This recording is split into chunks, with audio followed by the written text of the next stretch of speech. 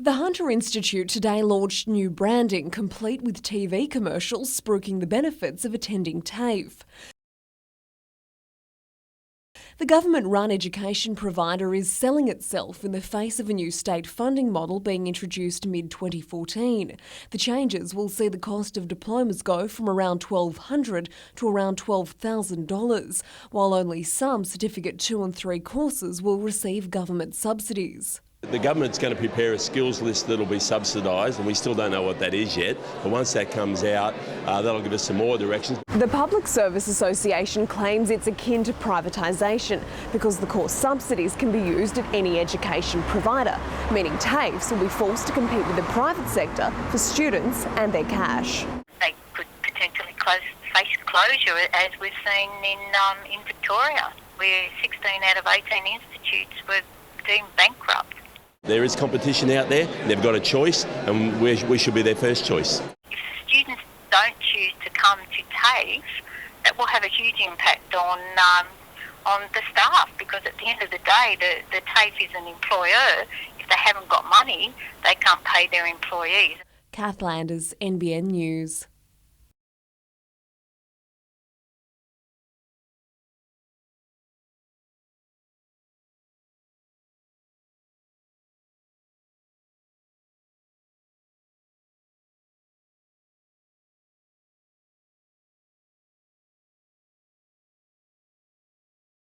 The smell has gone, the noise has gone, and the residents have a little bit of hope. They can use their backyards, hang their washing out. The stench was unbearable. As soon as you drove into Lorne, you would have to wind your windows up.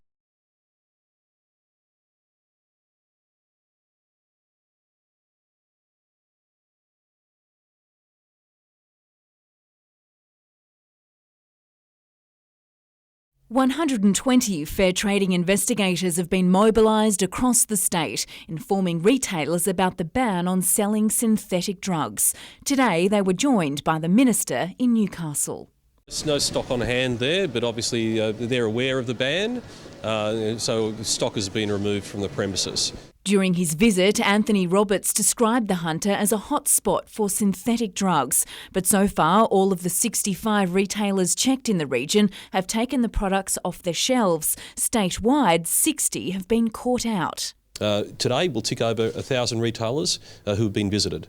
We've had 94% compliance just from the ban, and those people that were selling those products still have been warned to discontinue selling those products. The author of a parliamentary report on synthetic drug use says a 15-month inquiry found significant evidence of harmful side effects. Ranging from psychosis, hallucinations, kidney failure, and in certain circumstances we saw during the course of the inquiry even death. That report helped prompt the current action, but the Minister says there's only so much the state government can do. I can keep them off the shelves for 3 months.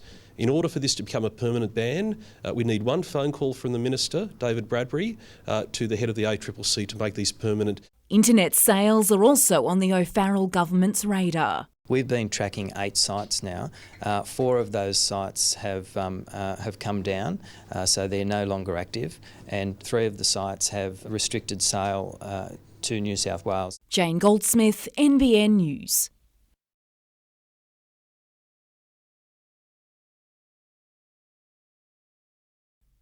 Their sister, Katie Jane, lost her battle with cervical cancer in April 2011. Since then, Adrian and Ben Sutter have done their best to aid the fight against the disease. Last year, a Jersey auction was part of an effort that raised almost $25,000 for the Hunter Medical Research Institute.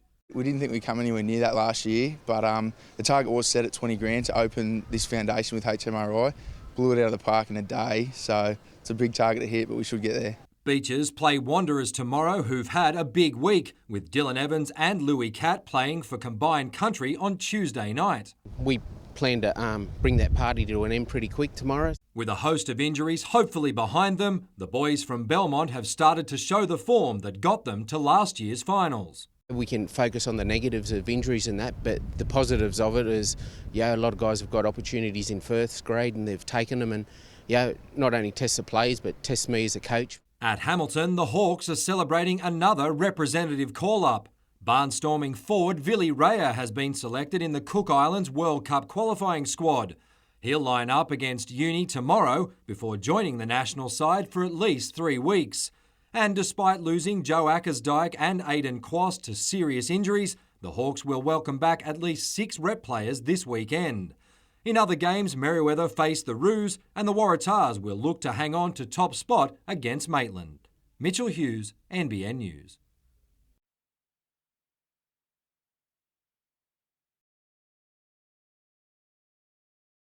Two sisters and a sister-in-law all prepared to put their bodies on the line to help Australia win the World Cup. Emma and Rebecca Young will compete for a place in the Gillaroos front row.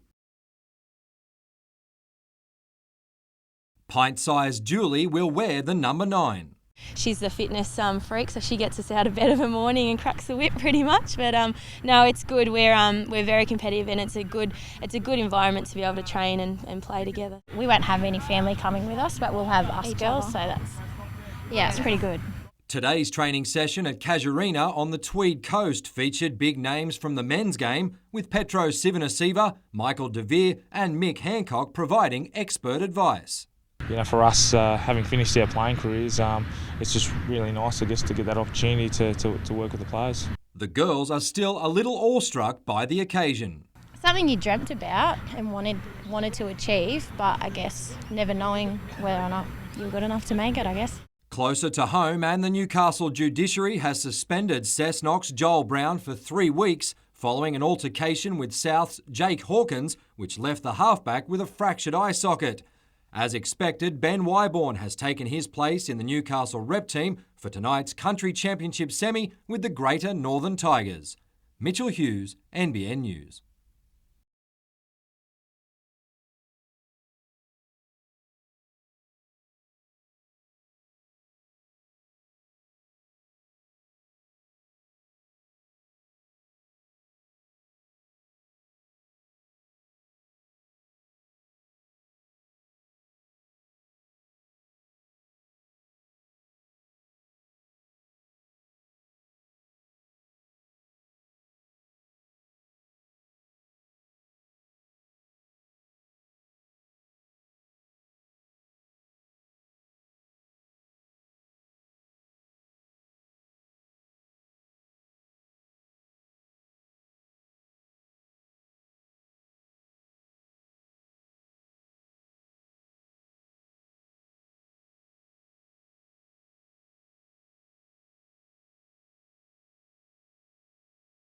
Robin Parker received a traditional welcome for a celebration that's been a long time in the making.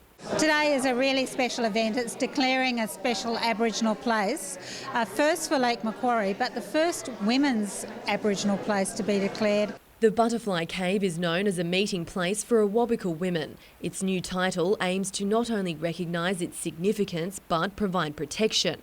However, the state government has already given the green light to a 404-lot housing development, just 20 metres from the cave. It is a concern. We would have liked more, but we can still work around it. Hopefully, with the developers, we don't know, but it's worth a try, and it's such a nice place. I hate to anything happen to it. Cessnock MP Clayton Barr says not enough has been done to ensure the cave's safety. It's just too little, too late. We as legislators in the Parliament of New South Wales need to be better at this, and this is an example of where we've got it quite wrong. Something the Environment Minister denies. We legally protect them so they can't be harmed, and there's a plan of management worked out with the developers and the Aboriginal people here to make sure that that happens. Emma Murphy, NBN News.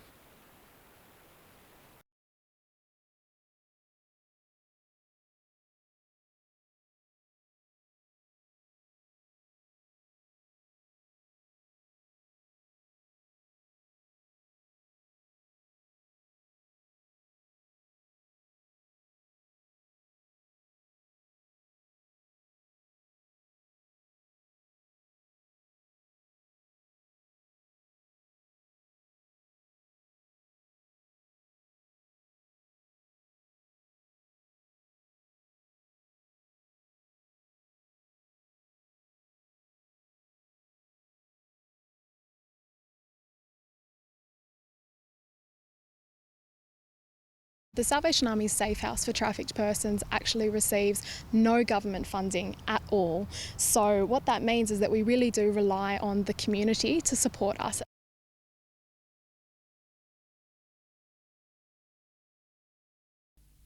Up 10-0, Newcastle looked in ominous form. The boys from the Upper Hunter and North West were making it tough for themselves.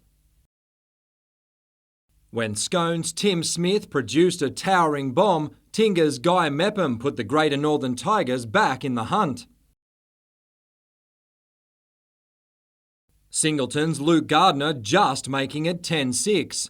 The Rebels hit back as Cessnock's Terence Ciu set up Warren Shillings. Ciu's Goanna's teammate Riley Brown put his stamp on the game shortly before the break. Justin Smith put the foot down early in the second, racing 50 metres to set up Brown for his second. Not long after, Newcastle was in again as Simon Williams and Chris Pine combined. Despite the lead, the Rebels stuck to their cause. But the Tigers never threw in the towel. Guaida's Mitch Porter put in a huge effort to add some respectability to the scoreboard, producing an 80-metre run, leaving several in his wake. Despite a few mistakes, Newcastle simply had too much experience and class.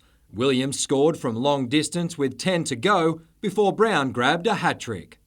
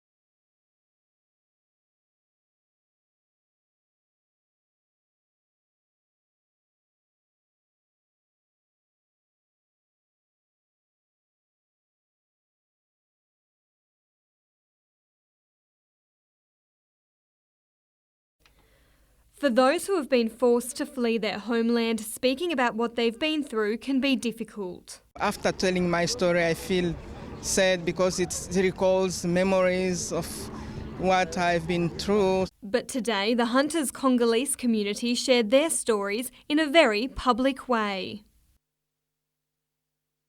They took to the stage to perform some of the confronting experiences many of them have endured. We need to tell people why we call someone refugee. It's really important for them, for their story to be out there, for people to understand their story. But today's event was not only about remembering the hard times, but also to mark the beginning of Refugee Week.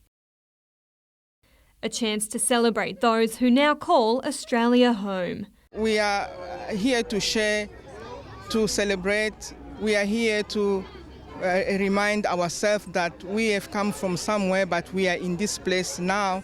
It's a safe place to live. Diana Bushby, NBN News.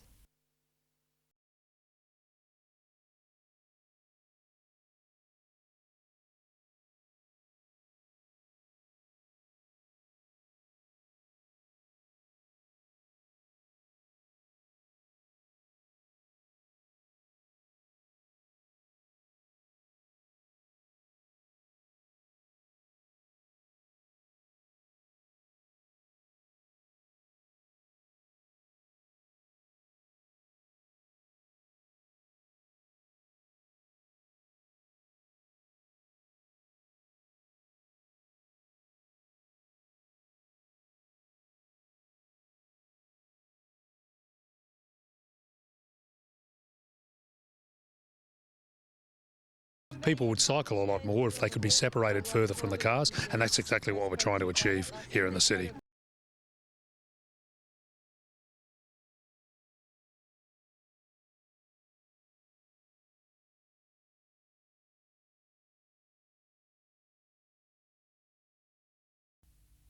With new signing Sam Wooden making his debut, Souths started with plenty of purpose. A simple backline move ended with Matt Shipway setting up Tim Christie.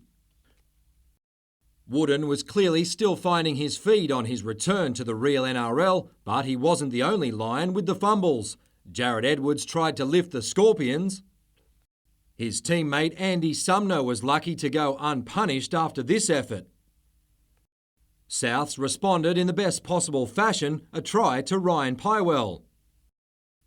The Lions in front 8-0. Pywell then turned try saver, somehow managing to hold up Pat Murphy. Shortly before the break, Danny Vaughan wouldn't be denied from close range. Down 8-6, the Scorpions picked up where they left off after half-time.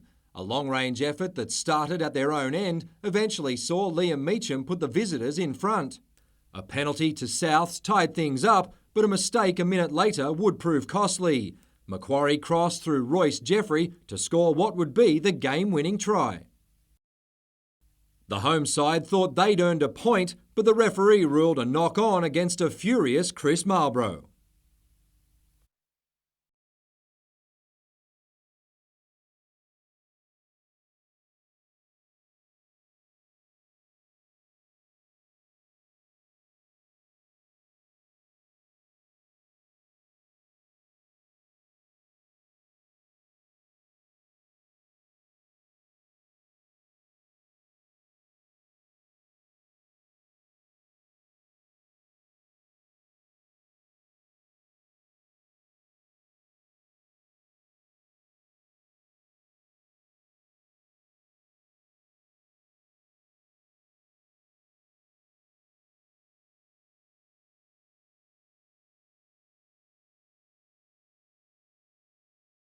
Sabu just battling on, then came Cuban Dancer, but Fancy Pants has got a kick. Below the 200, it's Fancy Pants 2 in front, over Twin Zero, knuckling down to the task, then came Brave Ali. Fancy Pants is in front, 50 to go in the Warhope Cup. It is all over. Fancy Pants darted away to win it by about 3. Second in was Twin Zero and Brave Ali third. They're followed then by 240 and Slick Sniper just behind them. Then came Damo, followed by Just last week, Iaconi Earthmoving was counting the cost after 2 very expensive pieces of machinery went up in flames. The excavators situated at the company's Redhead base were set alight by arsonists. The damage bill around $300,000. 5 days later, another of the company's excavators has been ruined. This one's about $180,000 worth of damage, and same owner. So it certainly is suspicious, but we have to look at every possibility. It's believed the firebug struck at around 3 a.m, breaking into the Birmingham Gardens worksite and torching the machine. There was rumours of 2 young people going away from the site. Other than that, we don't have a great deal of information. The company believes it's simply a coincidence. I don't think the business is being targeted. I think it's simply arsonists that have a fetish for lighting excavators. We just hope that the police can actually track these people down before they actually either hurt themselves or hurt someone else. In the meantime, the company says it will be taking extra precautions to secure its machines. Kate Haberfield, NBN News.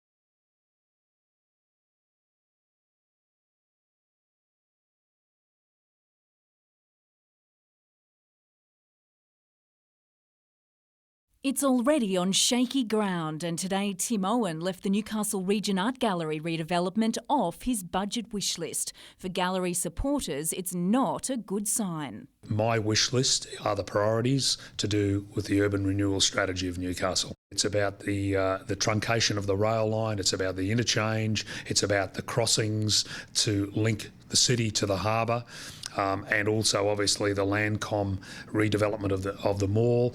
There's still $7 million on the table for the gallery from the federal government, but that will be pulled on Thursday if the state doesn't come up with $7 million of its own tomorrow. Well, I don't know. What I can say though, Jane, is myself and the General Manager of the Council, we presented to the Premier a couple of weeks ago.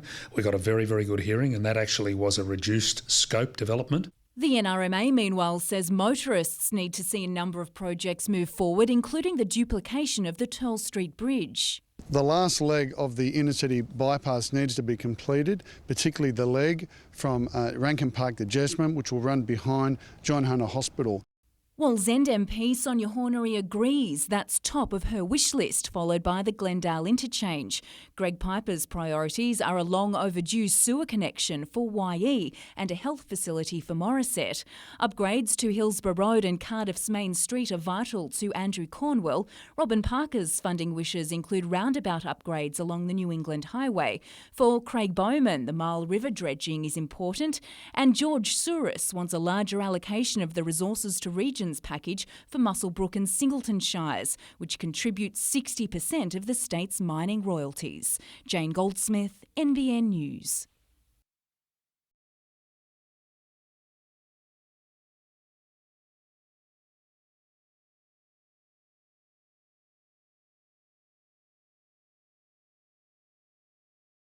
It happens because in extreme wet weather we have an increase in flow into the treatment plants, and we need to protect those biological processes to ensure that they can continue to operate effectively.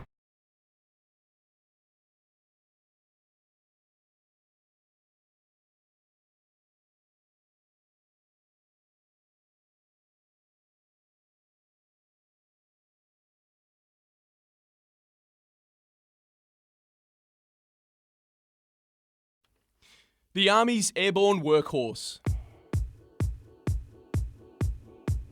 Not your usual sight in Carrington or anywhere else in Newcastle, but the Army says the city and its surrounds provide the perfect training base for Black Hawk crews to hone their skills. It's designed to simulate the type of targets we may be asked to fly in as a response. Up close, they're even more intimidating than in the air. 10 tonnes of precision machinery with more than 3,800 horsepower under the blades. A tactical transport aircraft, which has been part of our military since the late 1980s. And today, NBN News went along for a ride. The aircrewmen have just warned me that this is quite possibly the worst seat on the Black Hawk, but I guess you don't get many opportunities to get on one, and you've got to go for the ride.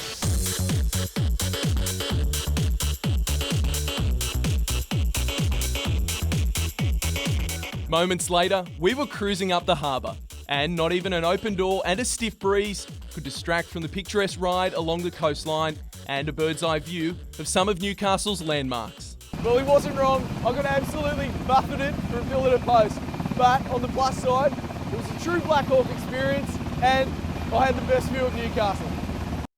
Paddy Kilmurray, NBN News.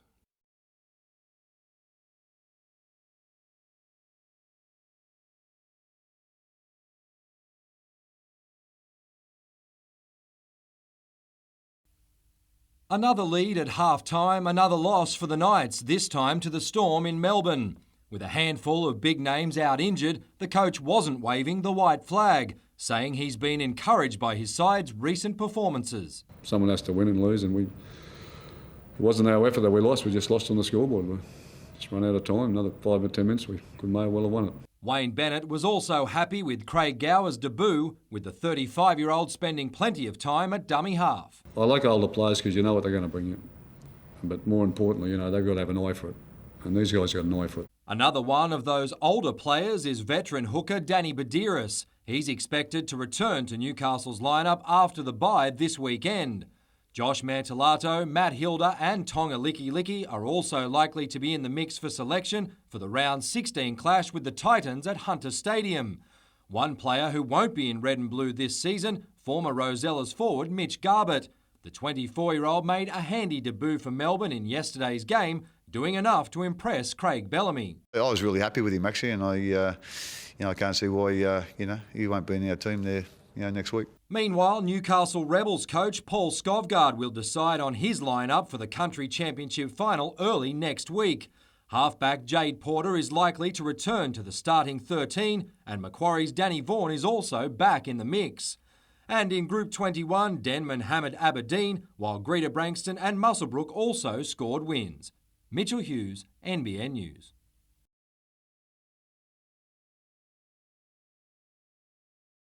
Just like gladiators in ancient Rome, the best Brazilian Jiu-Jitsu fighters from across New South Wales came to the Forum, hoping to test themselves on the big stage.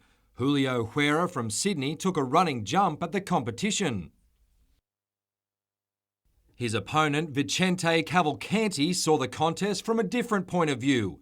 But it wasn't just black belts on the mat. Experienced trainers guided competitors from every vantage point.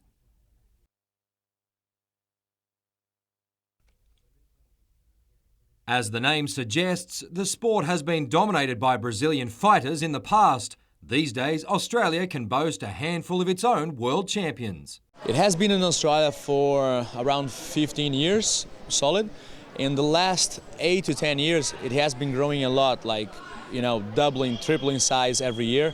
Melbourne's Lorna Locke proved to be the dominant force in the women's division, stalking her prey with ruthless efficiency. Time after time, the teenager forced her rivals to submit. In the men's black belt, Kit Dale had the intimidation factor. Newcastle's own Graham Wairia had the size advantage over Bruno Alves, but the boy from Brazil showed why he's a former world champion. Mitchell Hughes, NBN News.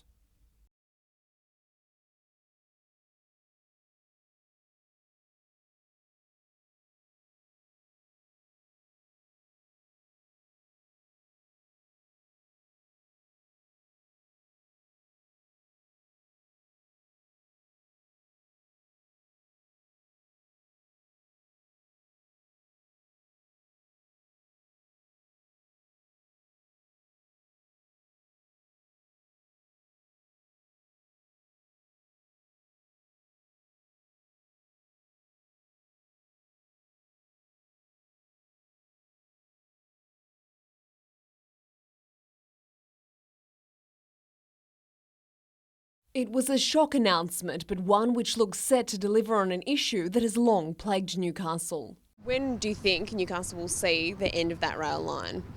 I'm hoping early next year. A long-term lease of Newcastle Port will be offered to the commercial sector to pay for the city's revitalisation. As a result of this budget will be an additional $340 million. It will be used for a light rail connection between Wickham and Newcastle, along with new thoroughfares to the harbour.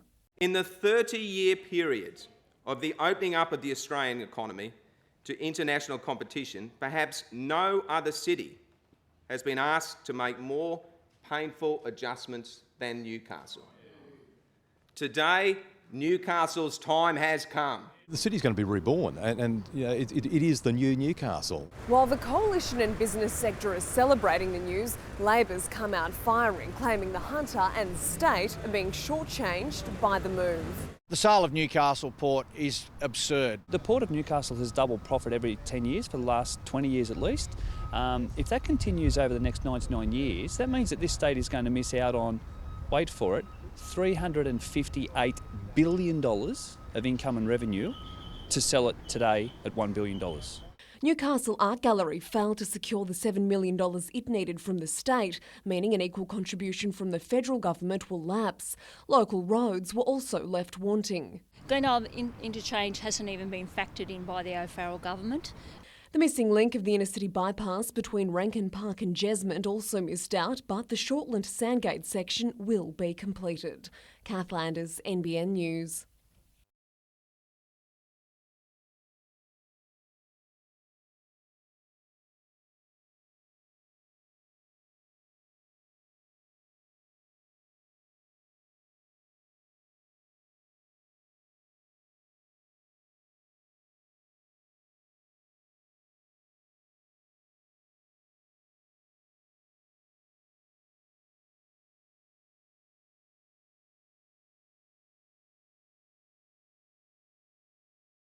Ben and Josh Barter aren't your typical knockabout Newcastle brothers. They could be the next big things in the often fickle world of the internet, thanks to their website buyitrideit.com, a one-stop shop for all things action sports. Josh and I just love these sports, and we love doing them every day, so we thought, how can we form this into a business and so we can do something we love every day. Combining Ben's business background and Josh's IT degree, their website went live last December. Since then, 88 businesses have come on board, including Adam Andrews' skate shop. In a way, more shops are shutting down because of the internet, so the more I can get more hits on the internet, then it brings in more foot traffic, and then my business can grow and I can look at growing larger as well. As Ben and Josh know all too well, creating a successful online business isn't easy. That's where Newcastle business Slingshot comes in.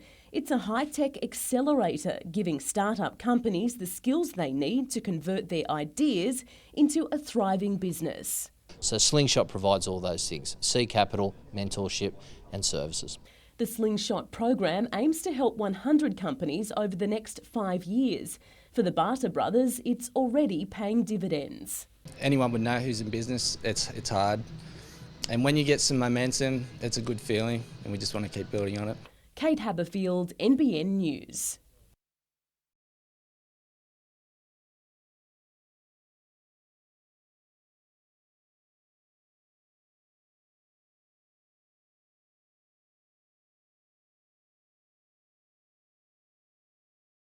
Also, the people that are in the program have had wonderful results in terms of making friendships again and reconnecting, but also learning new skills and being able to contribute back to community, which is really important.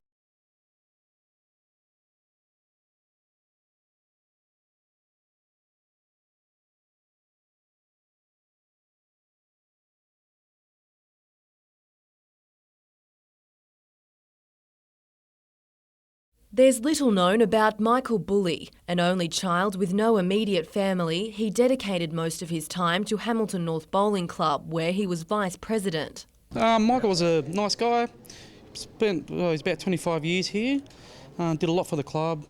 When he passed away in April last year, he left his home and entire life savings to the Hunter branch of the Cancer Council, in what's thought to be the largest donation it's ever received. The Cancer Council is really grateful for these type of donations. We don't receive any government funding for the type of support programs that we offer. Mr Bully's house is the fourth to be left to the charity in the past 5 years, and there's already been plenty of interest, with the two-bedroom property to go under the hammer on Saturday. The interest has been outstanding. We've had in excess of 65 couples inspect the property over the last 2 weeks, and we've issued up to 15 contracts, I believe, now.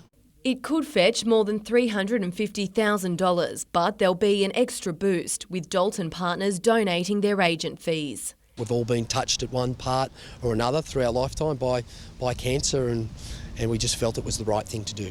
Emma Murphy, NBN News.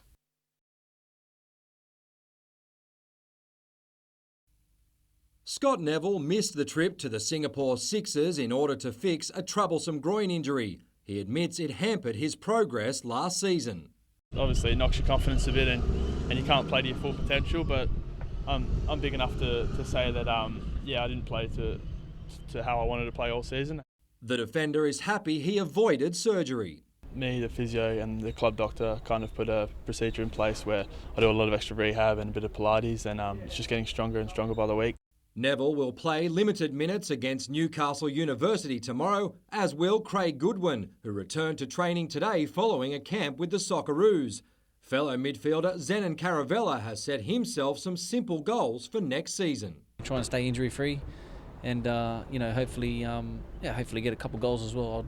I don't really score many goals. Last night, a host of the region's best juniors were in the spotlight at the Under-15 Emerging Jets session, with national selectors looking to identify talent. They claim these programs around Australia are already producing results. From the Socceroos squad, I think 55% came through this system and the AIS.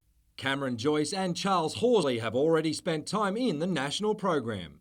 They're all talented kids. At the moment, Charlie and Cameron are doing very well, and they're on the radar of the Joeys, which is fantastic for the area. Mitchell Hughes, NBN News.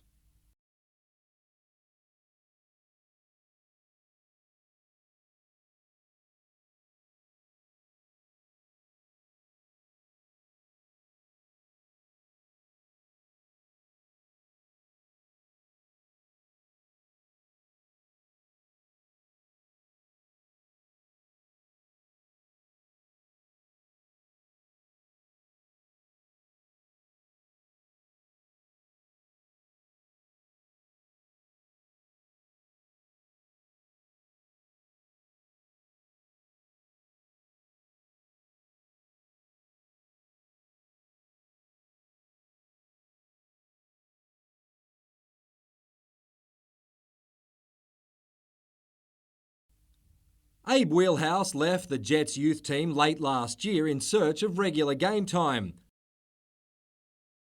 The Lambton Jaffers are clearly happy he did. More than halfway through the NBN State League season, the promoted club has high aspirations. I think we're contenders for the top four, so just got to keep doing what we're doing and winning games and we should be sweet. The addition of former Newcastle A-League captain and big brother Joe mid-season has provided a major boost, allowing the younger sibling the freedom to attack from midfield. Never one to shy away from a challenge, Abe says his brother is also trying to keep him composed. Just as soon as you come in training, just the team lifted 110%. It's just, I've never played with him before, so it's been a good opportunity. Having represented Australia at a junior level, the 19-year-old still has aspirations of playing the game professionally. Following the departure of his older brother, it's not likely to be with the Jets. At the moment, I'm happy. Obviously, if something a bit better came up, I'd take it with both hands, but with Newcastle, I don't think I'll be going back there anytime soon. As for this weekend, Abe says he has no regrets about leaving the youth side as he prepares to face his former teammates. I didn't play him in the first round, so I'll be tearing to get out there. Mitchell Hughes, NBN News.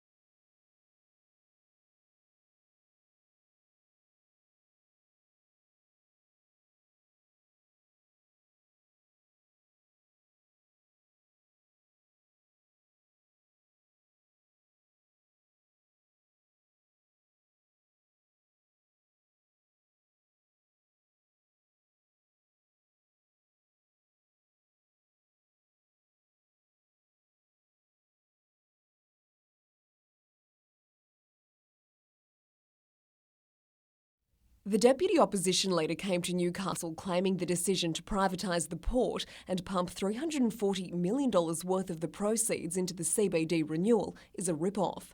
Privatising this port, which is the greatest asset this region has, that Newcastle has, to rip out a rail line, to replace it with another rail line, is blackmail. I think the concept design is remarkably different from the status quo. The Property Council argues the plan, which allows for light rail and creates 8 new connections to the harbour, will pay dividends for the local economy. The very fact that the heavy rail barrier is being removed, it makes Newcastle a magnet for new investment. And while the port and rail announcements have dominated the budget headlines, many other projects got a slice of the fiscal pie. Most of the cash was for pre-existing commitments, including the new Hunter Hospital and roundabout improvements on the New England Highway. Port Stephens MP Craig Bowman was pleased to see money for Stage 3 of the Nelson Bay Road upgrade, while the remainder of the Shortland to Sandgate inner-city bypass was also funded. So too were works on roads throughout Wine Country and the link between Raymond Terrace and Dungog. But a solution to Scone's rail crossing conundrum won't be found anytime soon, with just $1 million set aside for planning. Similar news for traffic troubles at the Trull Street Bridge and Cormorant Road. The Glendale Interchange, the missing bypass link between Rankin Park and Jesmond, and the Newcastle Art Gallery missed out altogether. Lake MP Greg Piper also drew a blank on funding for a reticulated sewage system at YE, meaning that will remain a pipe dream for now. It's not going to come about because the state is not stepping up the mark. Kath Landers, NBN News.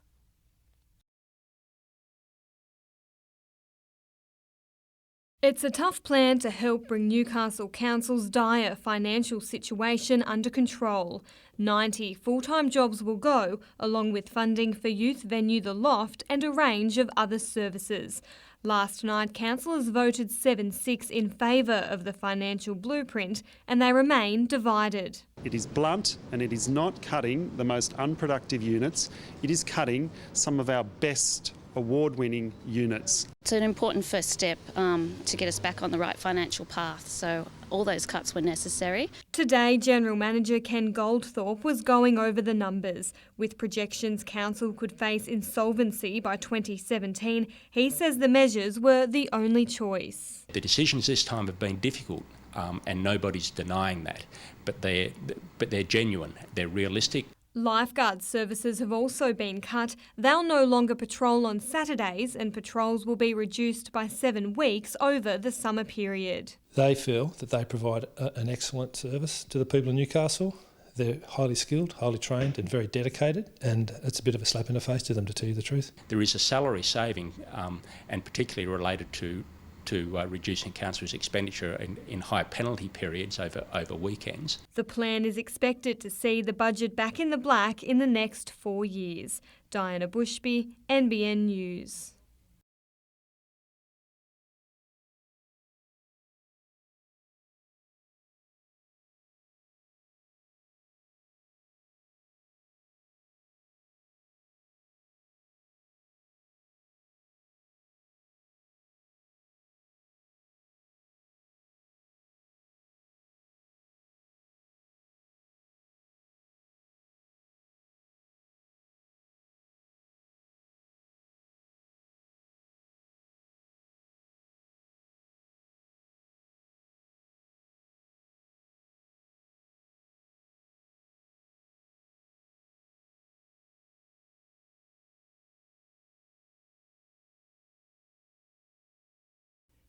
They're some of the country's most popular performers.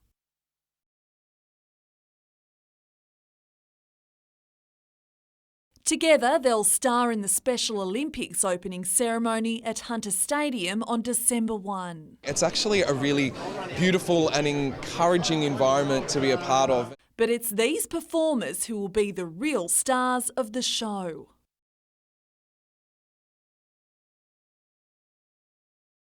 Among them, Stuart Abbott, who today tinkled the ivories alongside the ceremony's creative director, John Foreman.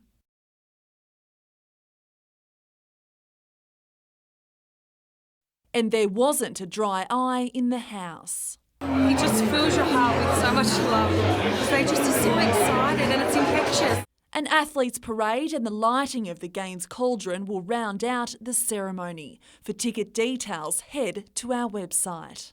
I'd encourage everybody to book early and make sure that they don't miss out on being part of this amazing night in Newcastle. It'll be spectacular, it'll be emotional, it'll be beautiful. Christy Reading, NBN News. With less than a minute on the clock and the scores locked at 0-0, Beau Taylor found Dominic Osman, who calmly slotted the puck in the back of the net. My initial thought was, well, I'm not going to beat this guy one-on-one because I'm so tired, so I might as well try and use him as a screen. And I shot through his legs, and I don't even think their goaltender caught it.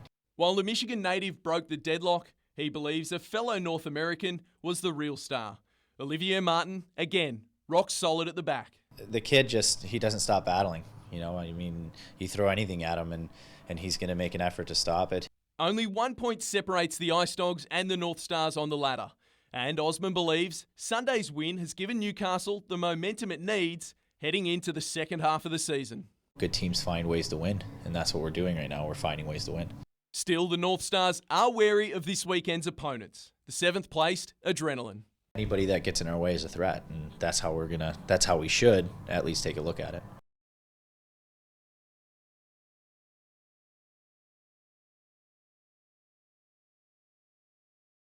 It's a milestone for any sporting club, let alone one in the middle of rugby league heartland. Obviously, being up here in the Newcastle Hunter region, being 130 years old, it's a huge achievement for an AFL club. One of the oldest clubs in Australia, Newcastle City has forged itself a reputation for being a powerhouse in the Black Diamond competition, with 5 premierships since the year 2000. I think it's fair to say the league sees us as a strong and well-run footy club. Based out of number 1 sports ground, Hope admits the Blues are in a constant battle for recognition with rival sporting codes. We want to become a club that Newcastle itself will get to know better and appreciate having us here along with the other codes, the soccer and rugby league and union as well. Courtney Knight has been at the club since his early teens, and while he's well aware of the significance of this weekend, he's more focused on adding another flag to City's trophy cabinet. We can't let this week in particular overshadow what we're trying to achieve throughout the season. A win would be nice though. Absolutely.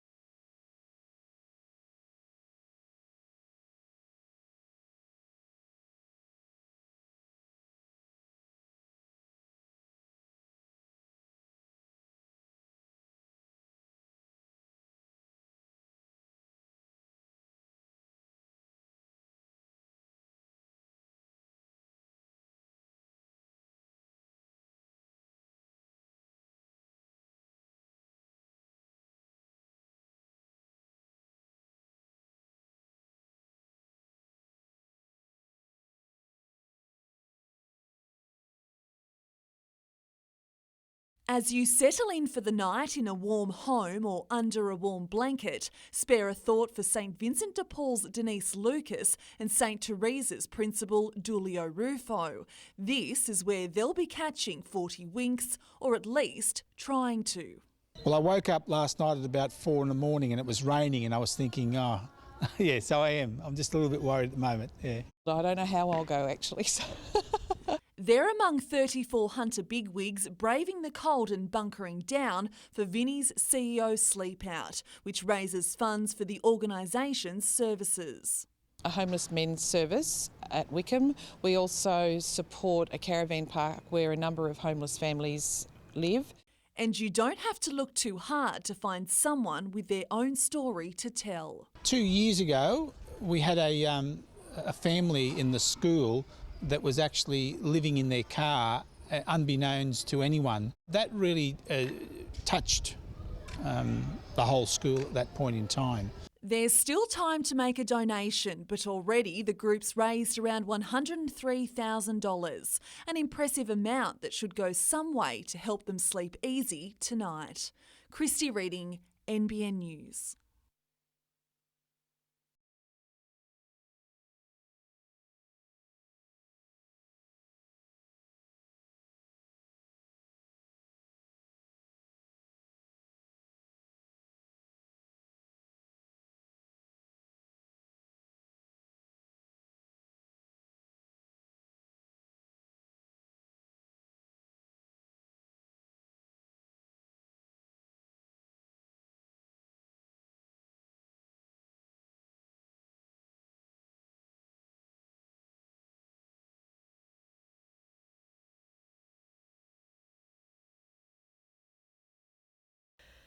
For many Australians, maintaining a healthy lifestyle can be a constant struggle.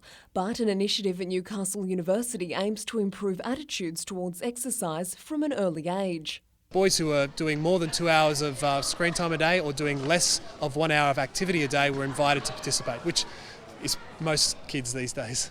During the 8-month program, Associate Professor David Lubens and his team will teach Year 8 students how to maintain a healthy level of physical activity and dodge the pitfalls of a sedentary social life. Rates of depression, lower self-esteem. We certainly know that weight status and obesity are associated with screen time in young people.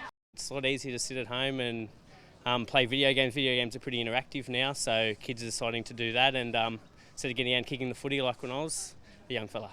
Around 60% of Australians are considered overweight or obese, a problem linked to many serious and potentially fatal health complications, and one which indirectly costs the country close to $60 billion a year. We'd love to see these guys recognise the value of activity and also recognise that too much screen time is not good for their health, both now and also for their long time. So far, these kids appear to be on the right track. Is it more fun to win a game of sport or a computer game? More fun to win a game of sport, a lot more respect from other kids. Kath Landers, NBN News.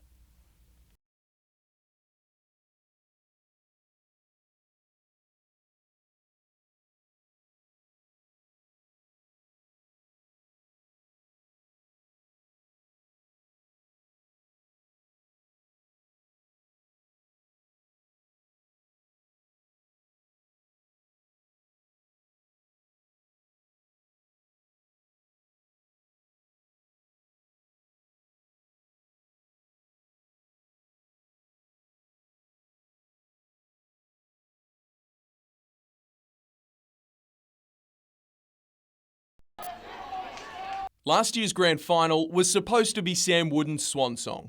Chronic knee problems had prompted the star fullback to call time on his career.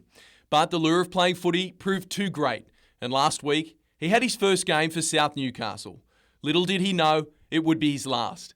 Wooden has since been advised that the risk of doing permanent damage to his knee means his comeback is over. It's another cruel blow for the Lions, who have lost Jake Hawkins for the season with a fractured eye socket. Scott Briggs will undergo a fitness test tonight and is likely to fill that void. Meanwhile, Simon Williams is hoping a standout performance for the Rebels next week will be enough for him to earn another country jersey. That's always a nice feather in your cap to play country. I was lucky enough last year and It's supposed to be a good trip to South Africa this year, so touch wood, Newcastle go well next week, and personally myself go well, and that'll look after itself. But he's not looking past Cessnock this weekend, who could have a few surprises in store.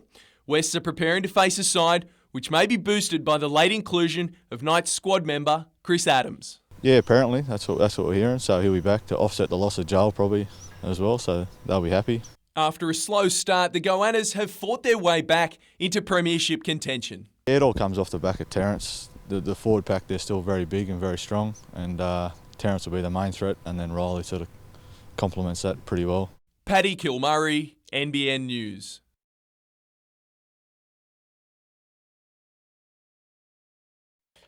What was once a journey for senior cricketers is now the experience of a lifetime for Newcastle cricket's next generation. The boys have been waiting 2 years for this day. We've got 19 games of cricket. We're playing in England over 28 days. The Cavaliers development team, headed by local first graders Daniel Arms and Ben Evans, loaded up today for the 5-week tour. And while there was time for a few parting shots and something to savour, they're not treating it as a holiday. Yeah, we'll be playing pretty serious cricket. I think they're going to come up against some very good opposition, I think we'll be trying to win as many as we can. 18-year-old Arms burst onto the first grade scene earlier this year.